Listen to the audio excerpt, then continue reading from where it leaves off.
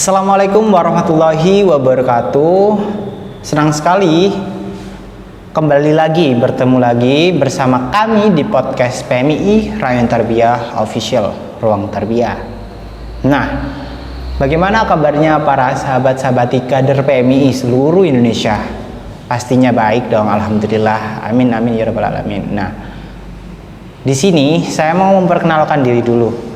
Nama saya Ardo Alamsyah sebagai moderator atau host pada podcast ke-6 kali ini.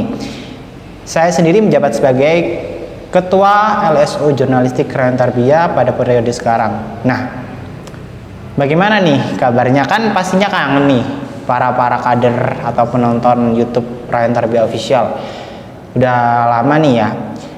Nah, pada podcast kali ini saya mau memberikan sebuah tema yang insya Allah akan bermanfaat bagi kalian. Pada tema kali ini saya mengambil sebuah pembicaraan soal kepemimpinan. Nah, kepemimpinan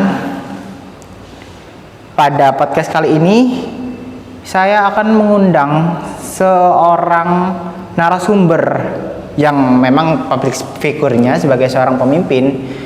Nah, beliau adalah mantan Ketua Rayon Tarbiyah pada periode sebelumnya, yakni Manyan Vita. Nah, langsung saja saya perkenalkan Manyan Vita dan silakan perkenalan kepada para sahabat-sahabati. Hai kader-kader PMI seluruh Indonesia, khususnya kader PMI Rayon Tarbiyah, PMI Al-Khazini ya. Perkenalkan, nama saya Ahyuntia Mufidatul Hikmah, biasa dipanggil Vita. Oke, bagaimana kabarnya Manyan Vita nih? Alhamdulillah baik, dan alhamdulillah lagi masih diberikan kesempatan untuk terus berproses di PMI sampai saat ini. Berarti sekarang tetap semangat dong mau alhamdulillah masih berbicara sama kader-kader PMI. Nah, langsung saja nih ya ke topik kita kali ini soal kepemimpinan nih. Manyan Vita nih sebagai ketua rayon ya, yang pastinya pernah nih menjadi seorang pemimpin, dan yang saya ingin tahu nih ya, mungkin kalian juga pengen tahu nih ya, arti pemimpin sendiri menurut Manyan Vita apa sih? Baik, kalau menurut saya sendiri, seorang pemimpin adalah seseorang yang mempunyai kemampuan dan keterampilan untuk mengarahkan dan memimpin sebuah kelompok atau sebuah organisasi untuk mencapai tujuan bersama. Di sini. Nah, sudah kita ketahui ini ya, arti definisi pemimpin menurut Manyan Vita adalah seperti itu tadi, bla bla bla bla bla. Nah, kali ini saya mau tahu nih ya, manajemen atau langkah-langkah untuk memimpin gitu seperti apa? Oke. Manyan Vita. Langkah-langkah manajemen pengorganisasian pada saat saya menjabat, saya selalu menerapkan langkah-langkah manajemen yang ditanamkan kepada saya oleh senior saya angkatan 2018 ya, yang mengkader saya pada saat itu. Saya selalu ditanamkan langkah-langkah manajemen POAKE, di mana ada planning, organizing, actuating, controlling, and evaluasi. Nah, langkah-langkah manajemen tersebut itu langkah-langkah manajemen yang efektif dan efisien menurut saya. Karena dengan menerapkan langkah-langkah itu pada masa itu saya serasa tidak punya beban ataupun kebingungan dalam menjalankan tugas-tugas sebagai pemimpin.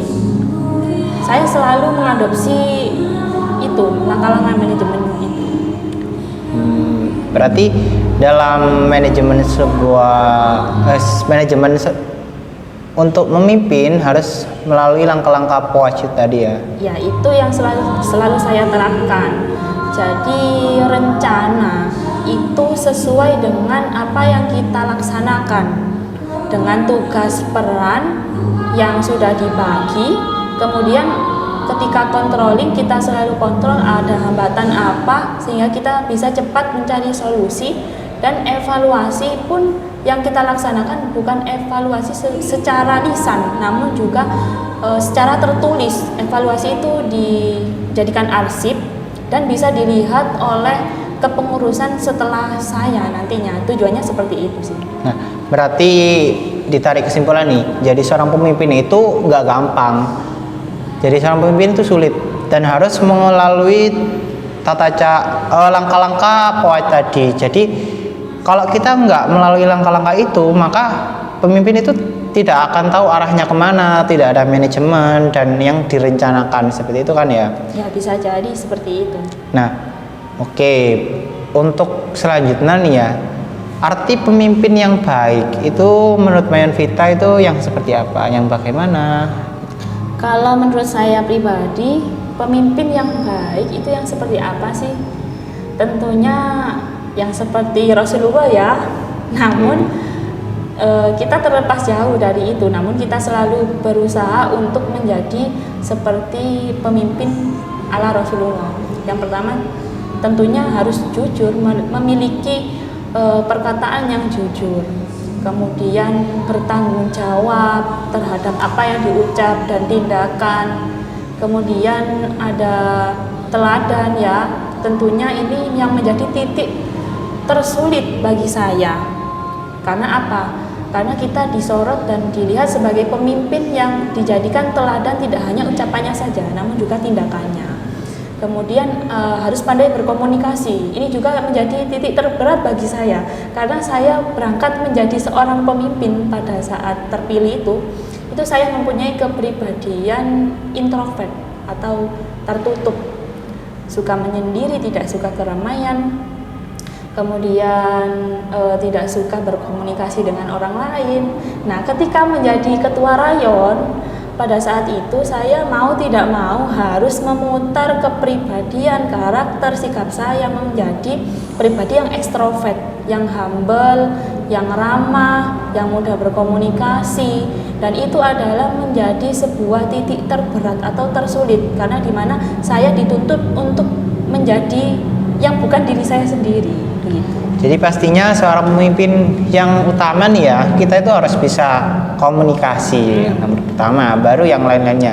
Kalau pemimpin itu ya benar, pemimpin itu pintar, bisa mengatur segalanya, tapi komunikasinya kurang. Terus apa yang akan anggota dengarkan dari seorang pemimpin itu loh. Jadi seperti itu kan ya. Oke, untuk Mayan Vita kan udah menjadi ketua rayon selama 1 periode nih ya. Pastinya dari awal terpilih sampai jadi misioner, banyak cerita-cerita menarik atau sesuatu yang bisa Mayan Vita ceritakan nih ya, agar mereka itu bisa meneladani dari apa yang Mayan Vita ceritakan, yang mungkin bisa kalian ambil hikmahnya, kalian ambil, oh pada saat Mayan Vita menjadi seorang pemimpin nih ya, Mayan Vita menghadapi situasi seperti ini dan bagaimana langkahnya, solusinya, bagaimana tetap bisa kokoh untuk tetap semangat menjadi seorang pemimpin, untuk mengatur dan mengelola organisasi serta anggotanya. Bagaimana cerita yang bisa Mayan Vita ceritakan nih? Kalau kesannya, naik turunnya. Ada sih 2 cerita yang menjadi tantangan terbesar saya pada saat itu. Yang pertama yakni saya sebagai perempuan sendiri ya. Pada saat itu alhamdulillah saya selalu mendapat support yang baik dari orang tua untuk mengikuti organisasi PMI ini, yang mana kita sering kadang diskusi pulangnya malam, sering keluar ke alumni gitu kan. Nah, saya selalu mendapatkan support itu. Tapi ada satu momen di mana saya ini difitnah tetangga, karena kadang pulangnya malam kemana sih gitu kan cewek. Tapi selagi saya tidak melakukan sesuatu yang menyimpang, saya pun tidak takut, karena saya sendiri juga selalu jujur, izin kepada orang tua, ada acara gini. Itu yang membuat saya terus tetap berproses tanpa ada hambatan apapun, meskipun ada perkataan-perkataan miring. Nah, itu juga mungkin bisa dibuat motivasi untuk sahabat-sahabati, terutama para kopri ya. Iya. Karena ya selagi kita tidak melakukan kesalahan dan selagi sesuatu yang kita lakukan di PMI itu merubah kita menjadi lebih baik, apa salahnya gitu kan. Kemudian ada momen hambatan terbesar saya pada saat itu yakni ketika merasakan pasang surutnya semangat pengurus dan anggota, terutama saya pribadi ya pada saat itu yang mengalami duka terbesar pada tahun itu yakni ketika ayah saya meninggal, ketika saya berada pada titik terjatuh, titik terendah untuk tidak lagi pengen bersemangat ataupun tidak lagi pengen keluar, namun saya dituntut untuk terus memberikan semangat kepada diri saya maupun pengurus dan anggota untuk tetap terus berproses dan menjalankan roda kepemimpinan pada saat itu. Nah, kita harus punya solusi yang bisa membangunkan kembali semangat para pengurus dan anggota. Kita harus punya solusi di setiap keadaan ini, solusinya seperti apa, cara menumbuhkan semangat anggota dan pengurus yang seperti ini seperti apa, dan itu saya terus berpikir. Namun yang paling vital yakni ya komunikasi. Meskipun saya dulu pas ketika keadaan ayah saya meninggal, saya sering di rumah, namun tidak melepas tugas saya sebagai pemimpin ya untuk terus berkomunikasi dan mewakilkan tugas saya kepada pengurus yang sudah berkewajiban untuk mewakili saya ya. Nah, bisa kita simpulkan ya, Mayanvita kan sebagai seorang pemimpin wanita nih ya, dengan dinamika dan banyaknya cerita Mayanvita perempuan pulang malam atau karena ya kegiatan PMI itu kan ya juga padat, juga waktunya juga harus terstruktur, terpilah. Nah, kita sendiri harus membuktikan kita sebagai seorang perempuan, kita sebagai seorang pemimpin, meskipun dari perkataan tetangga atau orang-orang yang kurang enak, kita harus membuktikan kalau kita dengan jeripaya kita yang mungkin pulang malam atau kesibukan yang sangat menumpuk, kita membuktikan kepada mereka kalau kita itu hasil gitu loh. Kita di organisasi bisa memetik buahnya. Kita sebagai seorang pemimpin, kita bisa mengambil hikmahnya, kita bisa menjadi pemimpin yang sebelumnya komunikasi kita yang kurang bagus, kita menjadi orang yang aktif di desa kita, bisa berkontribusi pada desa kita, bisa menunjukkan pada orang-orang yang mencemooh kita kalau saya ini ikut organisasi, saya ini menjadi pemimpin bisa semakin berkembang, seperti itu. Nah, pada saat titik terendahnya Mayanvita itu tadi, ya memang semangat seorang pemimpin itu harus selalu ada di dalam kondisi apapun. Di saat pemimpin itu semangatnya runtuh atau sedikit dilihat kadarnya itu kok begini, nah kadar kita sendiri pasti akan meniru kita karena kita menjadi publik teladan, seorang contoh bagi anggota kita. Jadi dalam kondisi apapun kita harus tetap semangat di mata kader kita, anggota kita, dan orang-orang terdekat kita itu. Nah, untuk kan kita sudah bicara banyak nih ya, mungkin ada motivasi atau pesan nih ya untuk calon pemimpin ke depan. Nah, Mayanvita kan sekarang sudah tidak lagi menjabat sebagai ketua rayon nih ya, sudah tahu dinamika seorang pemimpin dan lain-lain, keluh kesahnya, naik turunnya.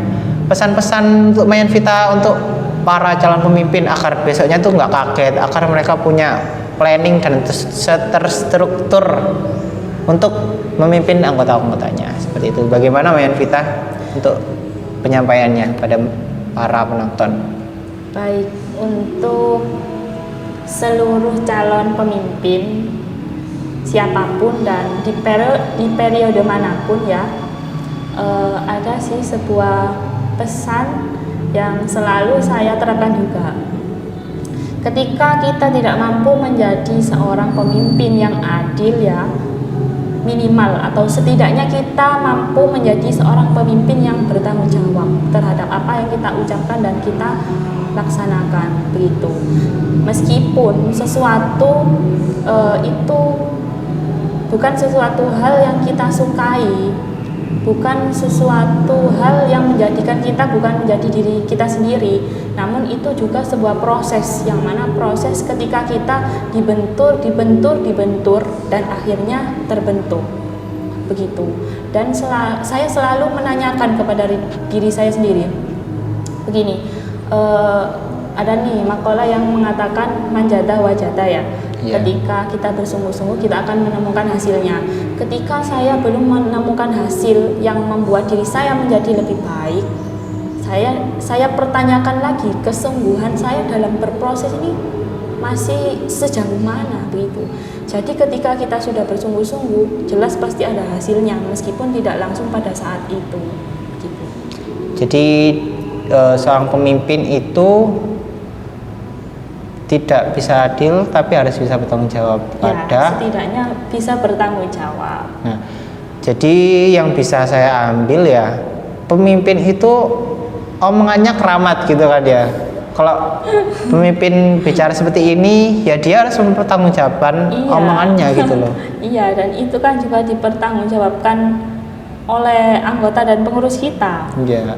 Pastinya kita menjadi figur untuk ditiru oleh mereka seperti itu. Nah, saya rasa cukup nih ya.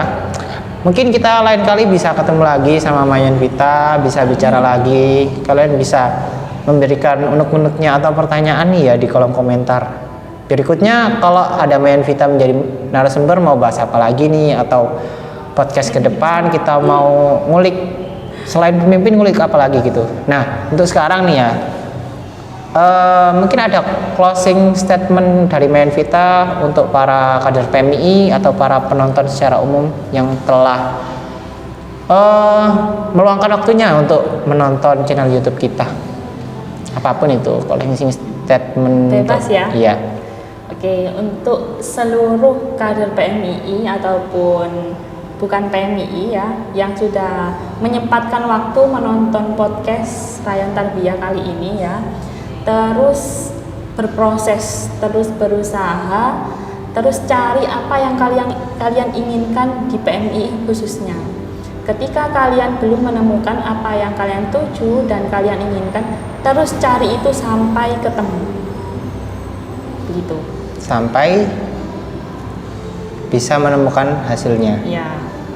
Apapun itu, meskipun terutama di PMI ya, kalau di secara umum ya, kalau kita pengen mencari sesuatu terus kita ulik terus, harus bersungguh-sungguh dari manjada-wajada itu agar kita bisa mendapatkan hasilnya. Jadi kalau kita mau punya kekarapan ya, cara bahasa Jawanya ya harus bersungguh-sungguh agar kita bisa melihat hasil oleh kesungguhan kita sendiri seperti itu.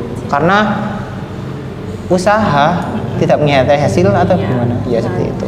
Nah, seperti ini apa? Kalau saya logikakan ya, kita ikut di PMI itu kan kayak masuk di dalam rumah ya, dimana kita selalu melewati pintu untuk menuju ke dalam. Kita selalu melewati pintu itu. Nah, pintu itu adalah gerbang utama ya, ini mapabel. Ketika kita sudah masuk, nggak usah bingung mau ngapain, kita mau apa di dalam rumah, mau mandi, mau makan, mau tidur, mau masak, mau belajar, kan terserah kita. Nah, kita cari di dalam rumah itu tadi apa yang kita inginkan dan apa yang kita tuju. Ketika kita belum menemukan, terus cari itu sampai ketemu gitu. Nah, ini pesan untuk para maba ya yang baru masuk PMI. Cocoknya untuk maba sih. Oke, kalau kita masuk PMI, kita kan masih bingung PMI itu seperti apa sih dan lain-lain.